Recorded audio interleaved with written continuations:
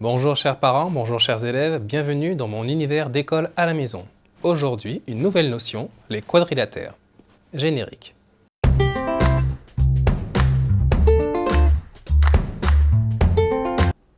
Bien, dans cette seconde partie, on va s'attacher à voir les définitions de ces différents quadrilatères. Le carré, le rectangle, le trapèze et enfin le losange. On va utiliser notre ami Google. Bah oui, en ces temps de confinement, on s'est beaucoup appuyé sur Internet. Mais vous savez, on va aussi s'appuyer sur le dictionnaire, d'accord? Et vous allez voir pourquoi. Bien, on demande à notre ami Google quelle est la définition du carré. Carré, définition. Carré, qui a 4 angles droits et 4 côtés égaux. Effectivement, c'est la définition la plus claire et simple qu'on puisse trouver, même dans le dictionnaire. Figure géométrique non masculin qui a ses 4 côtés égaux et ses 4 angles droits. On poursuit directement avec la définition du rectangle. Définition du rectangle. Rectangle, dont un angle au moins est droit.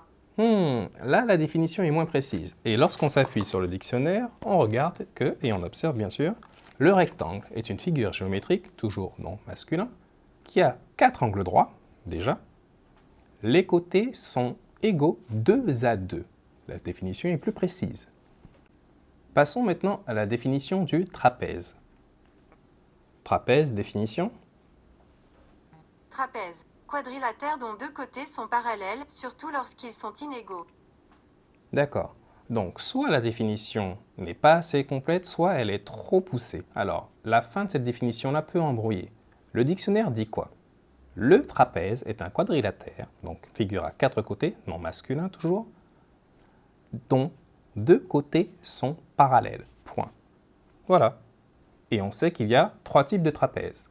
Le trapèze dont on vient de citer la définition, on va dire quelconque. Le trapèze rectangle qui possède 2 angles droits. Et enfin, le trapèze isocèle. Donc il y a toujours les 2 côtés qui sont parallèles, et en plus, il a 2 côtés qui sont égaux. Voilà. On passe enfin à la définition du losange. Définition du losange. Losange, parallélogramme dont les côtés sont égaux, en particulier lorsqu'il ne s'agit pas d'un carré.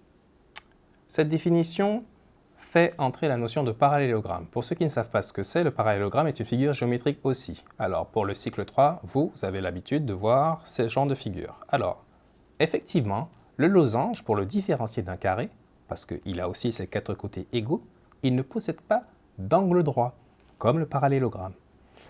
En revanche, lorsqu'on trace les diagonales du losange, on observe qu'elles se coupent en leur milieu, perpendiculairement, donc elles forment aussi des angles droits, mais pour les diagonales. Et en plus, ce sont des axes de symétrie. Bien, c'est tout pour aujourd'hui. Merci d'avoir suivi mon univers d'école à la maison. À très bientôt pour une nouvelle notion. N'oubliez pas de vous abonner, d'activer la cloche de notification pour ne rater aucune des vidéos. Et à très bientôt.